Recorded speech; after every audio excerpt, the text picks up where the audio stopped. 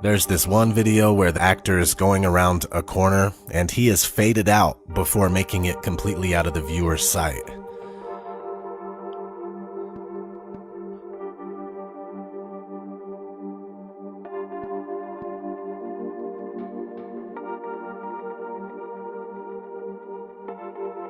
Let's not forget space bubbles.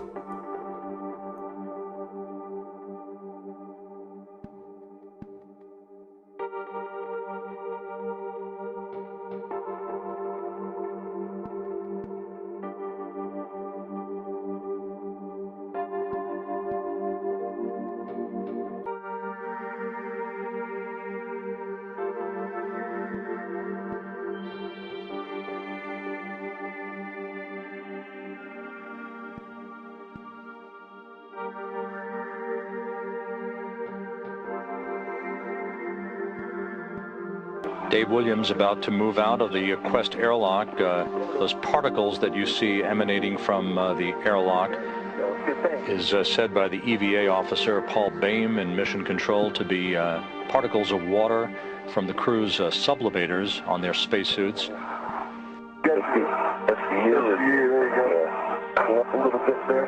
Okay.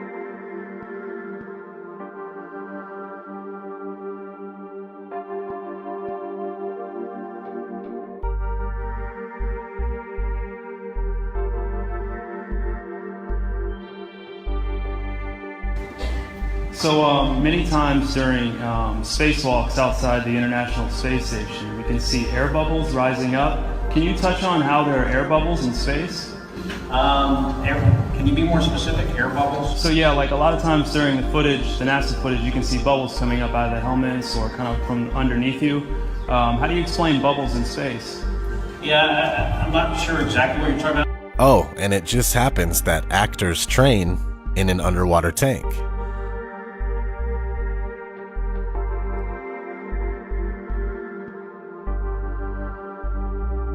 NASA tells us that the Earth is photoshopped because it has to be. It is photoshopped, but it's has to be. Then There was another layer to sort of simulate the atmosphere. and then there's this little bright spot. It's called the specular highlight. So it's the reflection of sunlight off of water. Those are the pieces, but you can't just slap them all together. It just didn't look realistic. It looks kind of flat, or the clouds are sort of too see-through. So I just hit Command Z a lot. There's artistry to creating the world. What I imagine it to be. Unfortunately, I'm not an astronaut. I've never been to space. Some NASA actors say that you can totally see stars when you're in space. Whilst in space, have you ever looked away from Earth into the black void? Yeah. All because the you time. can see. Because you can see the stars. Oh yeah. You know, and pretty much all the time you can see the stars. Yeah. It's not which a is black cool void. thing. I mean, it's black, but there's all kinds of little polka dots. There's all the stars there, and the cool thing is about it, you can see it during the day. Yeah, you can, and there's more than stars. You can see planets. You can Right. see moons. You see the gas Magellan clouds of the You Milky Way see galaxy. the Magellanic Clouds. Magellanic. See, I just wanted the Well, Magellan there's a large clouds. I one didn't and a want to small one, right? Yeah. And then you can see the zodiacal light. Whoa. But the NASA actors from 1969 say that you can't see the stars in space. We were never able to see stars from the lunar surface or on the daylight side of the moon by eye without looking through the optics. I don't recall during the period of time that we were photographing the Sonar Corolla what stars we could see. I don't remember seeing any. You can see the stars. Oh yeah. You know, and pretty much all the time you can see the stars. I don't remember seeing any. NASA says that we can't leave low Earth orbit.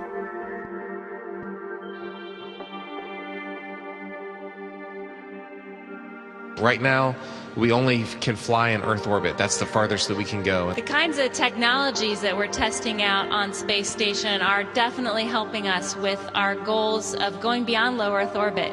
Early in the next decade, a set of crewed flights will test and prove the systems required for exploration beyond low Earth orbit. And this is really the beginning, I think, of human beings leaving low Earth orbit. One thing I really want your generation to embrace is that the Earth is a closed system. We cannot leave the Earth. One thing I really want your generation to embrace is that the Earth is a closed system. We cannot leave the Earth. NASA tells us that they lost the 1960s technology that took us to the moon. I'd go to the moon in a nanosecond. The problem is we don't have the technology to do that anymore. We used to, but we destroyed that technology, and it's a painful process to build it back again. The ultimate destination is Mars. So if you gave me all the money in the federal budget today, I could not get a human to Mars. I think that what you're doing is taking a shot in the dark.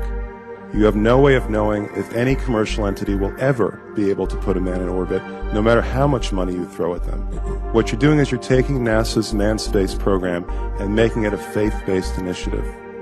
I yield the rest of my time. NASA also says that they lost the telemetry data for the moon missions. I haven't seen anything that indicates the telemetry data is even in existence, and as I said, even if we had it, we don't have the machines to play it back. Unfortunately, I'm afraid I can't really give you much of a clue as to where this data ended up and whether it still exists or not.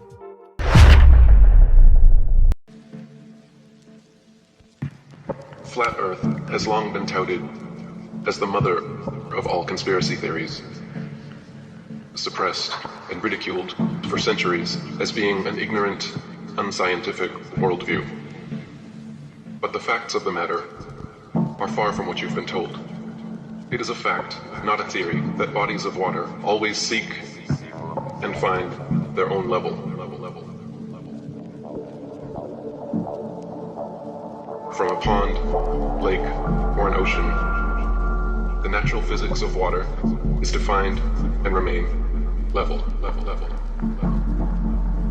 It is a fact that the majority of Earth is covered in such level water, thus making it an unscientific theory to postulate that Earth is actually a gigantic sphere with bendy oceans curving all the way around it.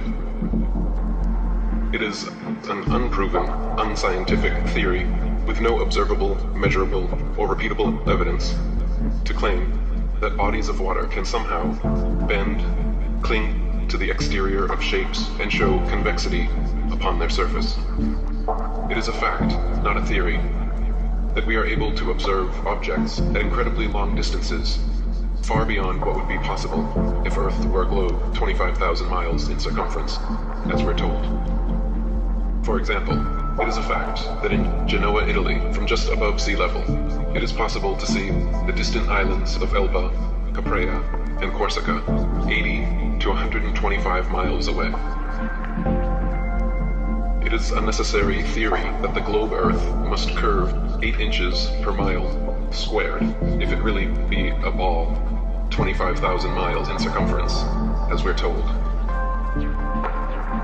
But based on such a theory, these islands would all be completely hidden behind thousands of feet of curved Earth.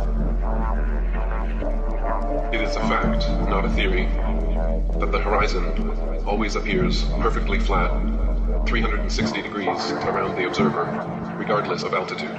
All amateur balloon, rocket, plane, and drone footage show a completely flat horizon as high as we can reach, over 20 miles or 120,000 feet up.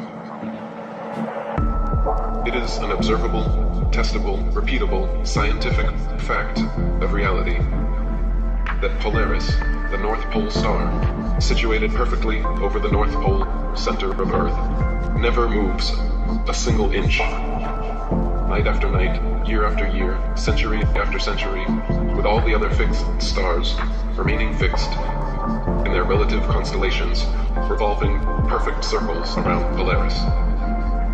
It is also an unobservable, unscientific theory to claim that the Earth is spinning 1,000 miles per hour, and the Milky Way shoots millions of miles per hour more off through infinite space when we cannot see, hear, feel, or otherwise observe or prove any such motion. And we can see clearly for ourselves Polaris never moving and all the other stars revolving around it. This is just a brief introduction to the many observable, testable, repeatable scientific facts of our level, motionless plain Earth that have been suppressed and ridiculed for centuries in favor of various unobservable, untestable, unscientific theories purporting we live on a tilting, wobbling, spinning, ball-shaped Earth. To learn much more about this most important and highly censored topic, please follow the links in the description box.